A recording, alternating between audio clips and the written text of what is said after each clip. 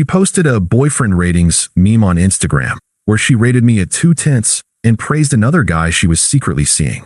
So I blocked her on everything, deleted all our pictures, and went dark. Her affair partner turned out to be a broke narcissist who scammed her out of her life savings. And now she's trying to get me to pay for her rent. Hey viewers, before we move on to the video, please make sure to subscribe to the channel and hit the like button if you want to see more stories like this. Thanks. I'm not a dramatic guy. I never have been. I've always been the builder, not the demolition man. The guy who shows up with a six-pack and a toolbox to help a friend move, not the guy who starts a fire in the yard. My relationship with Chloe was built on that foundation. We'd been together for 5 years. 5 years of me being the steady rock, the one she called when her car broke down, the one who worked a stable tech job while she chased her dreams of being a social media influencer. We weren't poor, not by a long shot, but I was the one with the financial plan. I was the one who put money into our shared savings account every month, the one who meticulously researched our future home, the one who took care of the bills while she focused on creating content. I never complained. I saw it as a partnership. She was the light, the color, the energy, and I was the solid foundation that kept it all from blowing away. Looking back, I was probably a bit naive about how much social media had consumed her. It was a constant presence. Every dinner had to be a photo op, every weekend trip a curated reel. I went along with it because I loved her, and seeing her happy brought me joy. I'd be in the background, out of frame, a ghost in her perfect online world. I didn't care. As long as we were good in real life, the rest was just noise. Then came the post. It was a Saturday morning, and I was making coffee. I scrolled through Instagram while the water boiled, and there it was on my feed. A sponsored post from a brand she worked with, but with a personal twist. It was one of those boyfriend rating memes, a side-by-side comparison. On the left was a candid photo of me, one she must have taken while I was fixing a broken shelf. I was wearing an old t-shirt, my hair a mess. Underneath it, in big, bold letters, she had typed, "My boyfriend Mark. Rating, 2 out of 10. He's dependable, sure, but he's way too practical. He doesn't get the vision. Likes to plan for the future when I want to live in the moment." I felt a cold knot form in my stomach. My hand started to shake. I swiped to the next slide. On the right was a photo of a different guy, a shirtless selfie of some dude with a chiseled jaw and a trendy hairstyle. The caption underneath read, "The guy I'm with now, Liam. Rating, 10 out of 10. He's a total vibe. He understands the hustle, the art of the perfect photo. He lives life on the edge and doesn't hold back. Finally found a man who gets it." My mind went blank. The coffee pot beeped, but I didn't hear it. I just stared at the screen, at the words "the guy I'm with now."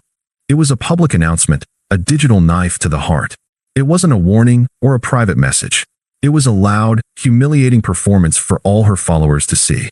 My throat felt tight, and my vision blurred. I couldn't believe she had done something so cruel, so public, so unbelievably disrespectful. The coffee machine whirred to a stop, but the sound was drowned out by the blood pounding in my ears. I stood there, frozen, for what felt like an eternity, staring at the screen. The public shaming, the blatant disrespect, it was a level of cruelty I didn't know Chloe was capable of. The phone felt heavy in my hand. I set it down on the counter, the screen still glowing with the 2/10 meme, and just stood there, breathing. I heard the front door open and close. Chloe walked into the kitchen, humming a song I didn't recognize. She set her handbag on the island and gave me a breezy smile, completely oblivious. "Morning, babe," she said, walking over to the coffee pot. "I'm so glad you're already making some. I'm just popping in to grab some stuff. Got a full day of shoots ahead of me." I didn't respond. I just stood there, my arms crossed, watching her. She finally noticed the tense silence. Her smile faltered slightly. "What's wrong?" she asked, looking at me. Her eyes landed on my phone lying on the counter, then flicked back to my face. She knew. I could see the flicker of recognition, the subtle shift in her expression from carefree to calculating. "The post," I said, my voice flat. "It didn't sound like my own. The one you just put up. The one rating me as a 2. She scoffed, a light, dismissive sound. "Oh, that? It was a brand deal, Mark. It's a meme. It's a joke. A joke." My voice finally broke through the calm. "You publicly humiliated me, Chloe. You told the world I'm a 2, and that you've already found someone new. I was a guest on your little show, and you just gave me a terrible review and then told everyone you fired me." She rolled her eyes and picked up her own phone. Oh, come on. You're overreacting. You just don't get it. You're so wrapped up in being a provider and being so practical that you can't see what I need. I need someone who understands my vision. I need someone who's not afraid to take risks. You're just stable. It's boring. I stared at her, the woman I had spent 5 years with, the woman I was planning a future with, the woman I was saving for a house with. So that's it. I'm boring. 5 years of my life, all the plans we made, all the sacrifices I made for us. It's all just boring. Don't make this a pity party, Mark, she said, her voice turning cold. We're just on different paths. You want to be a suburban dad, and I'm trying to be a global brand. Liam understands that. He's a 10. We're on a different level, a different trajectory. It's what I need. We're over. I'm sorry you found out this way, but it's probably for the best. Her words were like a physical blow. She wasn't even sorry. The sorry was a formality, a throwaway line. The smug look on her face, the way she spoke about me as if I were a character in a book she had finished reading, it was breathtakingly cruel. I had always imagined this moment, the moment a relationship ends. I thought there would be yelling, tears, maybe some negotiation. But all that faded away. Her words didn't hurt in the way I expected. They just made me tired. She was right. We were on different paths. One of us was walking toward a future we'd built together, and the other was already gone. I looked at her, truly looked at her, and the anger gave way to a quiet, cold clarity. Okay, I said, my voice returning to that flat, emotionless tone. I understand. I turned, walked past her, and went into the living room. I didn't look back. I just needed to start the process of walking away. I walked away from her, and I didn't stop to argue. There was nothing to argue about. Her mind was made up, and her disrespect was in the public record. So I went into the living room, sat down on the sofa, and pulled out my phone. I didn't yell or throw anything. I didn't beg or plead. My fingers just went to work. First, I went to our shared photos. The trips, the holidays, the quiet nights in, all of it. I selected every single one and hit delete. It was like tearing out pages of a book, but I knew I could never read them again without feeling sick to my stomach. Then I opened Instagram. I found her profile, and without a second thought, I blocked her. Then I blocked her friends who had liked the post. I went down the list, cleaning out my digital life, removing every trace of her existence. Then I logged out and deleted the app entirely. For the next few weeks, I was a ghost. I stopped picking up calls from mutual friends. I took a few days off work and just sat with the silence. The apartment felt too big, too empty. I packed up all her things and put them in boxes, labeling them Chloe. I dropped them off at her best friend's house with a short, polite text. Here are Chloe's things. Please let her know they're there. I didn't wait for a response. I changed the locks on my door and my phone number. I went completely dark. The initial shock gave way to a dull, throbbing ache. I was a 2 out of 10. It was a stupid meme, but the words echoed in my head. The truth of them, the quiet cruelty, was what hurt. I had given so much of myself, my time, my savings, and my trust. And in return, I was practical and boring. She had found it 10 out of 10, so I let her go find him. I gave her what she wanted, space to live a life without a boring man holding her back. I spent a lot of time alone, just walking. I explored parts of the city I'd never been to, sat in coffee shops, and listened to podcasts. I started going to the gym again, something I'd put on the back burner. The physical exhaustion helped numb the mental pain. My world became small and quiet, focused only on myself and what I needed. The silence was deafening at first, but with each passing day, it became more peaceful. 6 months passed. My life was unrecognizable. I had moved to a new apartment in a different neighborhood. It was smaller, but it felt like mine, a place where I could breathe. I was still at the same job, but I'd been promoted and was now leading my own team. My old friends from before Chloe were back in my life, and I was making new ones. My life was steady, calm, and free. I had been so successful at cutting off communication that I didn't have to hear the news directly. It trickled in through the grapevine, in snippets from a mutual friend of ours who was clearly fed up with Chloe's drama. He'd text me a generic question about work, then drop a bomb in a follow-up. Heard Chloe is having a rough time, he messaged one evening. Oh, I typed back, my heart rate not changing. It was like hearing news about a distant celebrity.